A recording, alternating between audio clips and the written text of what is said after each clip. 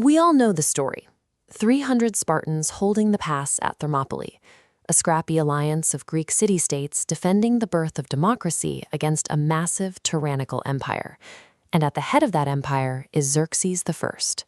History classes usually paint him as an arrogant, delusional king, the guy who, after a storm destroyed his pontoon bridges, literally ordered his soldiers to punish the ocean by whipping the water with iron chains.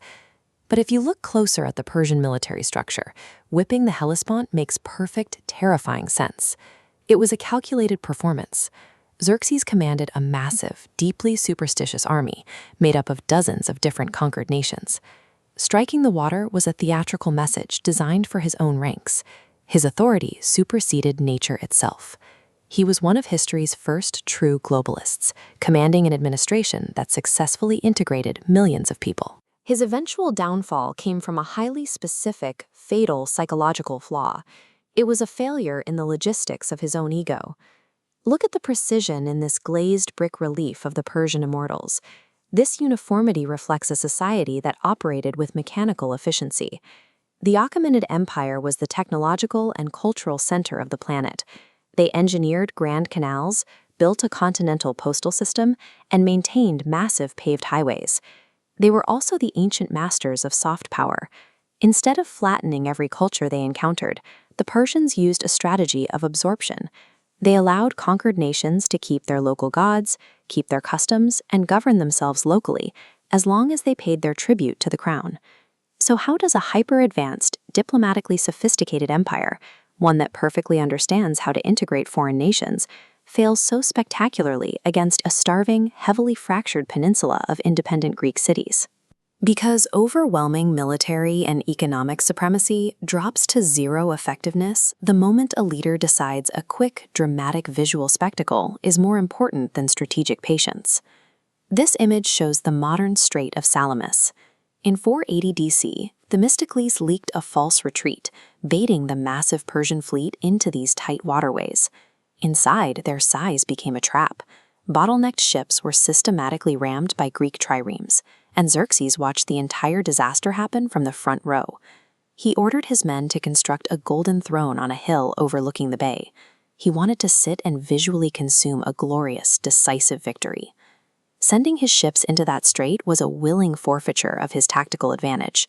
He walked into an obvious bottleneck simply because he craved the immediate gratification of watching his enemies burn. But it didn't have to happen this way. Before the battle, Xerxes held a war council, and his most capable naval commander, Artemisia of Halicarnassus, gave him the exact blueprint for a bloodless victory. She told him to anchor his fleet and do absolutely nothing. The Greeks were divided and running out of food. By blocking the Isthmus of Corinth and shutting down sea routes, the Persians isolate the city-states, letting starvation do the work. If Xerxes had swallowed his pride and accepted the agonizing boredom of a slow siege, the fragile Greek alliance would have inevitably collapsed into infighting. He would have won the war without drawing another sword. Let's follow that alternate timeline.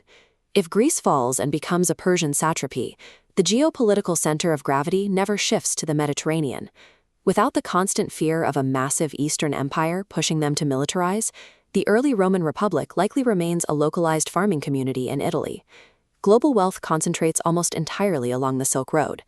This stability is reinforced by the empire's state religion, Zoroastrianism. It defines scientific inquiry as a direct form of service to the cosmic order. Engineers and mathematicians become the high priests of a society dedicated to technological mastery. Crucially, this empire avoids the 500-year intellectual reset we know as the Dark Ages. Instead of fragmented kingdoms burning libraries, a single, stable administration maintains thousands of years of continuous engineering data. In this timeline, the steam engine is a second-century reality, and the electrical grid is operational by the year 1000. Imagine logging on in the year 2026 under a continuous Pax Persica. You'd see massive solar arrays blanketing the Sahara, considering the sun is sacred. You ride transcontinental maglev trains connecting Shanghai to the global capital in Persepolis. English wouldn't exist. International business would be conducted in a highly evolved dialect of Old Persian. Our modern cityscapes wouldn't be defined by sleek glass and gray concrete. The skyline of New York or Tokyo would be built from vibrant blue ceramics, gold accents, and colossal stone monuments supported by giant animal capitals. But this highly engineered utopia comes with a rigid cost. The Persian concept of arta, cosmic order and truth, demands absolute hierarchy. In exchange for perfect global security, the chaotic, Greek-born concept of individual democratic freedom is completely erased from the human operating system. We don't live in that unified timeline. We live in the direct aftermath of the Greek victory at Salamis, a historically fragmented, unpredictable world defined by competing national identities and constant friction. When Xerxes marched into Athens and burned it to the ground, he permanently radicalized the Greeks against him.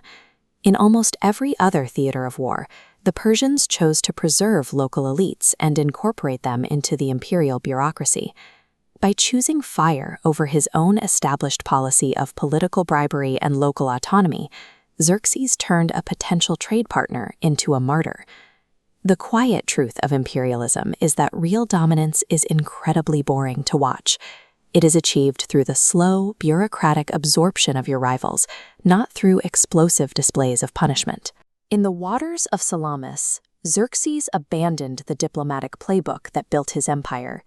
He let a desperate enemy choose the battlefield because he wanted to play the role of a conquering hero in a grand epic. The greatest threat to any long-term strategy is the leader's desperate need to be seen winning in real time. Ambition without the discipline of patience is just a firework. It burns brilliantly for one blinding second and then leaves behind nothing but ash.